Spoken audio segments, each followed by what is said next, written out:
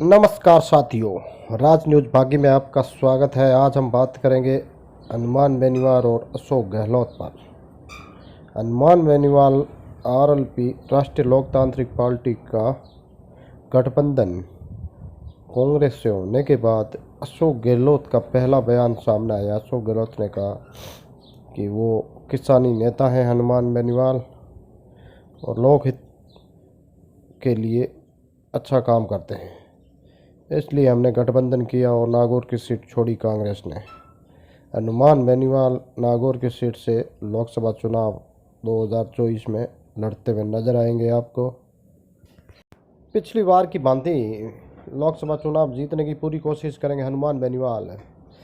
पिछली बार तो हनुमान बेनीवाल 2019 में लोकसभा चुनाव नागौर से सांसद बने थे।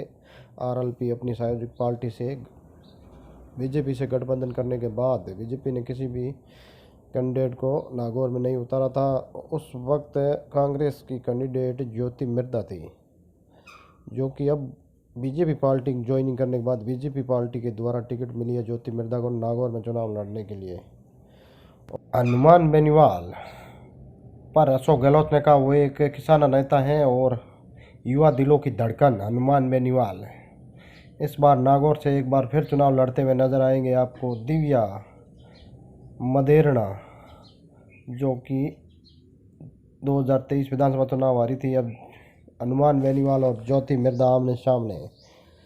बीजेपी की कैंडिडेट होगी ज्योति मिर्धा और आरएलपी के कैंडिडेट हनुमान बेनीवाल है। कांग्रेस गठबंधन करने के बाद अशोक गहलोत ने कहा बीजेपी सरकार कुछ भी नहीं है।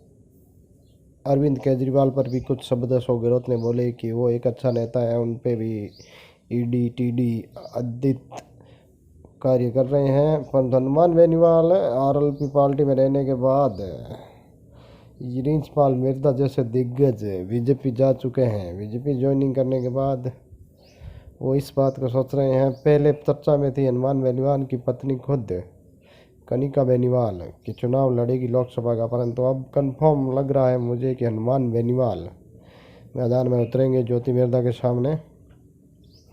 नागौर की हॉट सीट पर आपकी क्या राय है, कमेंट बॉक्स में ज़रूर बताएं।